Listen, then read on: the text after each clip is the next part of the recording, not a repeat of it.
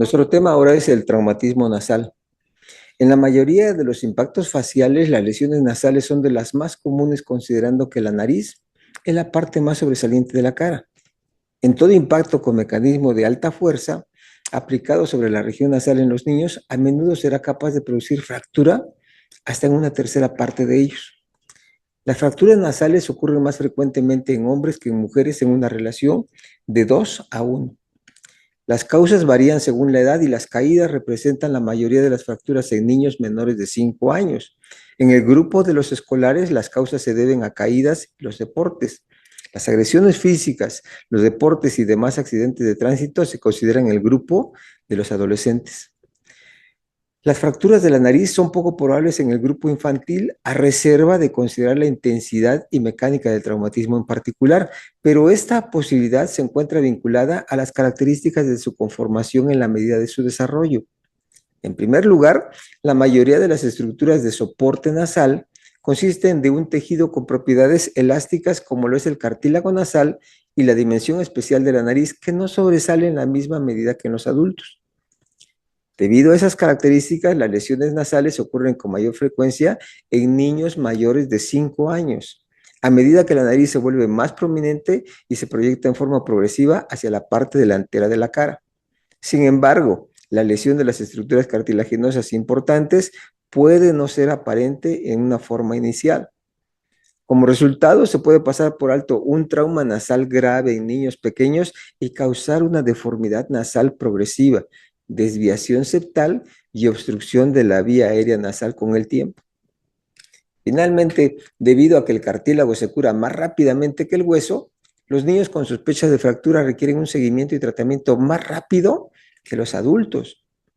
En los niños, la caída de bicicleta y el golpe directo con objetos es la forma de trauma más común, mientras en adolescentes y adultos son los accidentes automovilísticos y las contusiones en el área medio facial con los objetos sólidos o también por el empleo de la violencia. La nariz completamente desarrollada se encuentra formada en su tercio superior por los huesos propios de la nariz que tienen continuidad por arriba con el hueso frontal y clásicamente establecen el puente de la nariz, que es el espacio que queda entre los ojos. Los 2 tercios inferiores de la nariz son mantenidos por estructuras diferentes de cartílago. En la parte media de la nariz, por dentro, el tabique nasal está formado también de cartílago, que es el cartílago cuadrangular, y se articula adelante con la parte inferior de los huesos y el cartílagos nasales para darle soporte, mientras que en su parte posterior e inferior toma soporte con proyecciones del hueso. Esta mucosa nasal tiene gran cantidad de vasos sanguíneos que provienen de diferentes arterias, por lo que su desgarro de cualquier vaso arterial justifica el sangrado abundante que se manifiesta ante los diferentes traumatismos. La naturaleza y extensión del daño dependen de la magnitud y la dirección de la fuerza, así como del área a la que se aplica esta. La clasificación más común de las fracturas nasales obedece a la dirección de la fuerza que produce el daño, esto es, con impacto frontal, caídas o accidentes automovilísticos, o con impacto lateral, en especial los golpes con el puño. Por la forma como se manifiesta la fractura, también puede ser identificada como abierta cuando los fragmentos óseos o de cartílago roto se exponen al exterior a través de una herida de la piel, en contraste con las formas que son cerradas cuando las fracturas no exponen los fragmentos al exterior. Aparte de las fracturas, se puede producir acúmulo de sangre en el espacio establecido entre la mucosa y el tabique nasal, ante desgarro de vasos como lesión secundaria al traumatismo. La expansión del hematoma por obstruir la circulación de sangre al cartílago puede condicionar su destrucción por necrosis del cartílago con daño irreversible tan pronto como en las próximas 24 horas después de la lesión, por lo que su identificación debe establecer la prioridad en su tratamiento, que nuevamente tiene que ser un drenaje de forma inmediata para evitar la deformidad nasal que va a quedar permanente. La atención de esta alteración en el momento del accidente debe considerar de forma importante la condición que la establece. Cuando es secundaria un trauma por accidente o caída que involucre una fuerza muy intensa, deberá de evitar la movilización del cuello por riesgo de causar daño mayor en la columna que puede tener compromiso en su integridad, por lo que antes de atender el sangrado y la lesión nasal, se deberá de inmovilizar en forma adecuada el cuello, colocando un medio grueso rígido a fin de evitar movimiento alguno, para que enseguida se revise que la vía respiratoria, comprobando se encuentre permeable y que exista una respiración que es aceptable. En caso de ser necesario, se deben retirar fragmentos de la lesión o sangrado abundante a fin de evitar su aspiración y compromiso secundario al flujo de aire. En caso de tratarse solamente de una lesión nasal aislada, como un golpe directo a la nariz o la caída, se deberán de revisar las características de la región a fin de considerar la alternativa de una fractura o la formación de un hematoma en el tabique.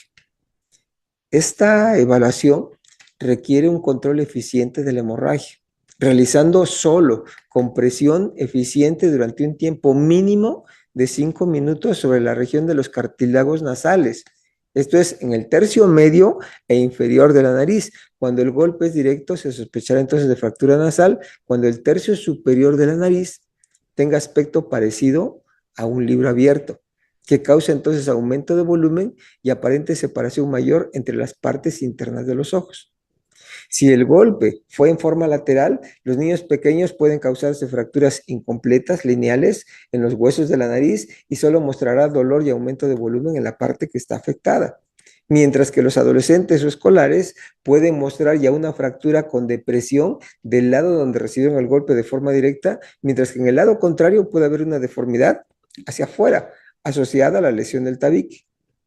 Para considerar el hematoma se deberá revisar el interior de las fosas nasales para identificar un aumento de volumen con coloración morada o roja intensa en uno de los lados de la parte media nasal, que es el tabique. Esta es una urgencia a resolver de manera inmediata. Cuando la lesión tiene evolución reciente y se distingue evidente deformidad nasal, la inflamación inicial limitada puede facilitar el tratamiento adecuado por el especialista, que es el otorrinolaringólogo, con un procedimiento relativamente sencillo y rápido. Pero si la inflamación se ha desarrollado en forma más excesiva ante un tiempo mayor de evolución, justificará una revisión posterior de 3 a 5 días para que la inflamación inicial no afecte a la evaluación. Toda lesión mayor de 2 semanas tiene un pronóstico más difícil por la respuesta de los huesos fracturados. Se sospechará de formación de hematoma cuando luego del trauma se reporte dificultad respiratoria por la obstrucción interna, lo que deberá ser atendido como urgente por el especialista para evitar que el cartílago nasal quede sin riego sanguíneo y pueda perderse con la deformidad posterior secundaria. El control de sangrado se logra en la mayoría de las ocasiones con presión prolongada y en caso necesario se podrá colocar un taponamiento con gasas en la parte anterior o en la parte posterior de la nariz. Las fracturas nasales habitualmente no requieren de tratamiento quirúrgico inmediato, excepto cuando hay lesiones expuestas, contaminación importante o sangrado masivo persistente.